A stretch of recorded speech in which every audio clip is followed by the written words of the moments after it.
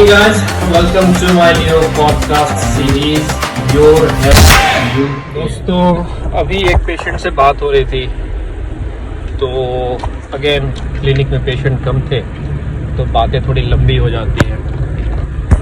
तो कुछ एक बातें हुई जिसको मैंने सोचा कि शेयर करनी चाहिए। तो इनका जो कंसर्न था वो शुरुआत ऐसे हुई कि इनके कुछ अल्ट्रासाउंड में आया रीनल कॉन्क्रीशंस, मतलब कि कुछ स्टोन्स फॉर्म हो रहे हैं। माइनर है, 2 mm की साइज़ के आसपास के हैं। तो 2 mm की साइज़ तो बहुत ज़्यादा नहीं होती है, बट वो कहाँ पर है, किस एग्जैक्ट पॉइंट पर है, ये इम्पोर्टेंट होता है। कई बार छोटे स्टोन्स भी अगर जंक्शन पे हो या जॉइंट्स पे हो वेसल्स के और यूरेटर में कहीं या किडनी से निकलने वाली पाइप में, तो वो दर्द करा सकती है, ब्लीडिंग करा सकती है।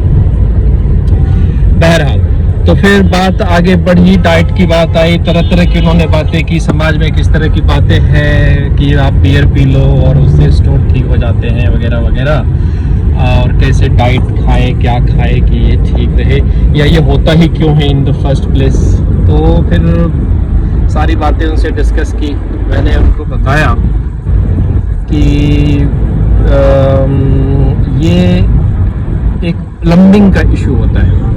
किडनी का जो मेन फंक्शन होता है, किडनी का फंक्शन होता है कि हम जो भी ओरली कुछ इंटेक करते हैं तो उसको बॉडी प्रोसेस करता है, और उसी प्रोसेसिंग यूनिट में जो एक्सक्रीशन की यूनिट है वो किडनी है। किडनी में बहुत ही माइन्यूट से फिल्टर लगे होते हैं, उस फिल्टर से छन्नी से कहते हैं। तो छन करके चीज़ें जो है, जो शरीर में दोबारा काम होने वाली चीज़ें हैं वो वापस भेज दी जाती है वेसल्स के थ्रू बॉडी में और सर्कुलेशन में, और जिनको त्याग करना होता है, एक्सक्रीट करना होता है, वो पेशाब के रास्ते से बाहर कर देते हैं। तो उसमें बहुत ज़्यादा रिक्वायरमेंट होती है आपका फ्लो ऑफ वाटर की, पानी की।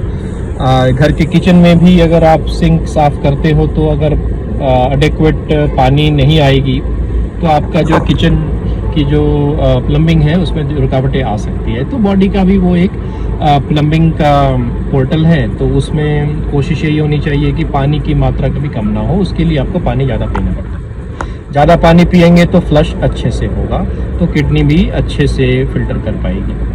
और अल्कोहल का जो नेचर होता है वो डिस्ट्रॉय करने का होता है, और कहीं भी आप अल्कोहल डालते हो तो वो डिज़ोल्व करती है चीज़ों को। तो बियर की लॉजिक यही है कि बियर अगर सर्कुलेशन में आता है तो वो स्टोन्स को डिज़ोल्व कर सकता है। हाउएवर इसके बारे में कोई रिसर्च आर्टिकल वगैरह देखनी पड़ेगी, कोई पब्लिश्ड आर्टिकल देखनी पड़ेगी, उसकी रेफरेंस लेनी होगी। तो कई सुनी बातें हैं, क्योंकि उसके नुकसान इतने ज़्यादा है कि इस फ़ायदे के लिए तो कोई क्या ही बियर पिएगा।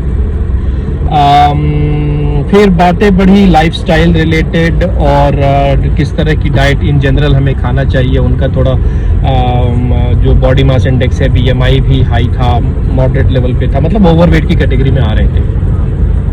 तो फिर उन्होंने पूछा कि किस तरह की डाइट हमें खानी चाहिए, हम क्या भूख लगे तो ना खाएं। उनका ये कहना था कि हम क्यों ओवरवेट हैं, हमें तो भूख लगती है तभी हम खाते हैं, तो क्या आप भूख लगने पर भी ना खाएं। तो ये सवाल बड़ा यूनिक था कि भूख लगने पर भी ना खाएं। तो इसमें मेरी जो थियरी है वो ये है कि भूख लगने के 2 तरीके हो सकते हैं। एक कि जेन्युइनली आपको शुगर की रिक्वायरमेंट हो रही हो, बॉडी को शुगर चाहिए, बॉडी को कैलोरी चाहिए, आप सच में न्यूट्रिशनली डेफिशिएंट हैं और स्टार्व्ड है, खाना नहीं खा रहे हैं, तो बॉडी का अपना ही हमारी मैकेनिज्म है जिससे कि आपका एपेटाइट सेंटर जो है वो एक्टिवेट हो जाता है और आपको भूख लगती है। और उस सिचुएशन में ज़रूर खानी चाहिए। बट ये एक चैलेंजिंग क्वेश्चन हमारे लिए है कि यार हमारे जब शरीर में इतनी सारी चीज़ें हैं फिर भी भूख क्यों लग रही है। तो इसका जवाब ये है कि आपने खाना जो डिपॉजिट किया होता है शरीर में वो जाकर के फैट बन जाती है। फैट बनने के लिए जितने भी फैट पैड्स हैं बॉडी के, पेट नंबर 1 पे है, बट्स है, आपका चेस्ट है, आपके शोल्डर्स है, हर जगह फैट जहाँ जहाँ डिपॉजिट होते हैं उनको भी बर्न करना होता है। और जब आपको भूख लगती है तो बॉडी का दूसरी इंडिकेशन ये होती है, जो आपकी सेविंग बैंक्स हैं, आपके जो सेविंग बैंक्स हैं बॉडी के, जो फैट स्टोरेज के एरियाज हैं, उनको एक्टिवेट करी जाए और उनसे जो है वापस कैलोरीज निकाली जाए। और लोग बाग में इतनी अवेयरनेस नहीं है कि आपको भूख लगी है तो उसको आप भूखे रहे थोड़ी देर, आप स्टार्व रहेंगे तो वो बॉडी की जो एडिपोज टिश्यूज है वहां से फैट बर्न होकर के आपकी कैलोरी रिक्वायरमेंट भी पूरी होगी और फिर आपका मोटापा भी नहीं आएगा। अच्छा, आगे ट्रैफिक हो रही है, मैं बाकी की बातें अभी तो बातें आगे बढ़ाते हैं। तो फिर आप जो है, आपको जब बार बार भूख लगे तो हमेशा कुछ जाकर के फ्रिज से खाना नहीं है। You just give yourself some time, अपने आप को डिस्ट्रैक्ट करो और जो आपकी स्टोर्ड फैट्स है वो यूज में आ जाए। That is the most healthy way of living आपका एवरीडे। बट चूंकि जानकारी नहीं है लोगों में तो फिर कुछ खा लेते। अब क्या होगा, ये आप जो बॉडी को एक्स्ट्रा होमवर्क दे रहे हो, what ever you eat is not enough. आप जब आप खाना खाते हो तो लिवर को काम पे लगना होता है, किडनी को काम पे लगना होता, पैनक्रियाज को काम पे लगना होता, स्टमक को, इंटेस्टिन को, गॉल ब्लैडर को और हार्ट को, लंग को। आप एक तरह से ना इन सबको ना ज्यादा काम दे रहे होते हो, तो उनको आप ज्यादा होमवर्क अगर दोगे तो क्या होगा, आपके बच्चे को ज्यादा होमवर्क मिल जाए तो क्या होता है, they get cranky, they get annoyed, irritated. अगर आप ही का बॉस अगर ऑफिस में ज्यादा काम दे दे तो आप क्या होते हो, you don't feel good about it, right. तो सिमिलरली आपका लिवर को जो है, आपका बॉडी का और भी जो पार्ट्स है, उन सबको एक अनोइंग और इरिटेटेड एनवायरनमेंट जो मिलता है तो उससे फंक्शनिंग उनकी खराब होती चली जाती है। आज के डेट में जितनी आपका liver function test, kidney function test हम देखते हैं routinely, hardly ever perfectly normal, it's always abnormal. तो इसका रीजन यही है। And if you want to go to the conspiracy theories, तो उसमें ये आता है कि जो आप ये पैकेज्ड एंड प्रोसेस्ड फूड खाते हो, आज के डेट में इतनी ज्यादा मार्केट में अवेलेबल है पैकेज्ड एंड प्रोसेस्ड फूड, क्या पता उनके जो सीक्रेट रेसिपीज है उसमें एपेटाइजर भी ऐड किए गए हों, जिससे कि आपकी जो एपेटाइट है वो बढ़ती चली जाती है। अब वो एक रिसर्च का और इन्वेस्टिगेशन का इशू है, that's not my area, but I am sharing information that in this world where everybody is trying to kill everybody, war हो रहे हैं, दुनिया में क्या क्या हो रहा है, एक दूसरे का लैंड हड़प रहे हैं और मारकाट हो रही है, लालची हो गए लोग, तो इसमें यह भी संभव है कि आपको लोग बीमार करने में भी लगे हो। तो you be informed about it. और उसके लिए बहुत ज़्यादा पढ़ाई लिखाई की ज़रूरत नहीं होती है, आप डिस्कस कर सकते हैं लोगों से, अपने हेल्थ केयर प्रोवाइडर से, और सारी चीज़ों को आप रूल आउट कर सकते हैं। अब इसके अलावा फिर और बातें आगे बढ़ी कि ये बताएंगे कि ऐसा चावल खाना ठीक रहेगा शरीर के लिए, या आपको रोटी खानी चाहिए, या क्या खाने में क्या खाना चाहिए। So let me get back to you on that. मैं अभी एंट्री करवा रहा हूँ। सो ही आस्क्ड मी कि कौन सा फूड जो है वो बेस्ट फूड है, चावल, रोटी, राजमा, पराठे, idli, dosa, sambar, momos and what not. तो इसकी जो लॉजिकल एक्सप्लेनेशंस है, वो लॉजिकल एक्सप्लेनेशंस ये है कि आप देयर इज समथिंग कॉल्ड एक्लाइमेटाइजेशन, यानी कि आपकी अपब्रिंगिंग कहाँ हुई है, आप कहाँ के निवासी हो, उस पे बहुत कुछ डिपेंड करता है। ये साइंस है इसका जो मैं आपको बता रहा हूँ।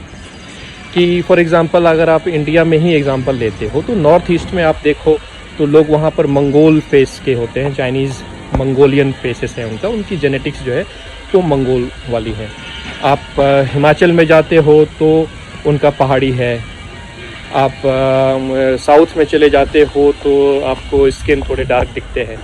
तो सिमिलरली जैसी जैसी आपका क्लाइमेट होता है वैसे वैसी आपकी जेनेटिक जो बिल्टअप होती है वो वैसी होती है। तो उसके अकॉर्डिंग आप जिस मिट्टी से, जिस मिनरल से बने होते हो, वहाँ पर वैसी आपकी बिल्टअप हो जाती है। कैसे? बिकॉज ऑफ द फूड, जो वहाँ का लोकल फूड ग्रो होता है आप वही खाते हो।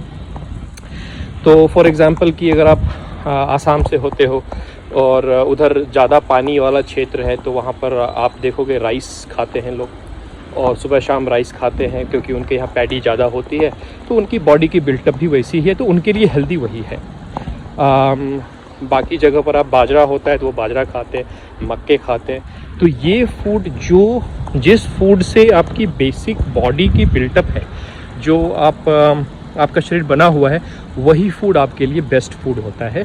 इसमें ऐसा कुछ नहीं है कि राइस खाना चाहिए कि रोटी खाना चाहिए। जो आपकी बॉडी की जेनेटिक और एनवायरनमेंटल मेकअप है, उसके अकॉर्डिंग ही आपका ओरल इनटेक होना चाहिए। There is no set rule कि ये चावल खा लो या रोटी खा लो, ये कम खाना वो ज़्यादा खाना वगैरह वगैरह। हाँ, एक चीज़ का ध्यान रखेंगे कि इन सभी चीज़ों को भी प्रोसेस्ड करके नहीं खाएंगे। Eat as raw as possible. For example कि आपको गेहूँ अगर है तो गेहूँ को अब डायरेक्ट रॉ तो नहीं खा सकते, कई लोग दलिया बनाकर खाते भी हैं, बट कम से कम उसको जब चक्की में पिसवाते हैं तो बहुत ज़्यादा रिफाइन नहीं करें, विथ फाइबर उसका इंटेक करें तो वो आपके लिए बेस्ट होता है। सिमिलर गोज़ फॉर मक्का। आप मक्के की छल्ली खा सकते हैं, मक्के का कॉर्न, पॉपकॉर्न खा सकते हैं, रोटियां खा सकते हैं। As raw as possible they are the best food. Processed food और मार्केटेड फूड और रिफाइंड फूड जो है वो आपके शरीर में तरह तरह की चीज़ें करवा सकते हैं।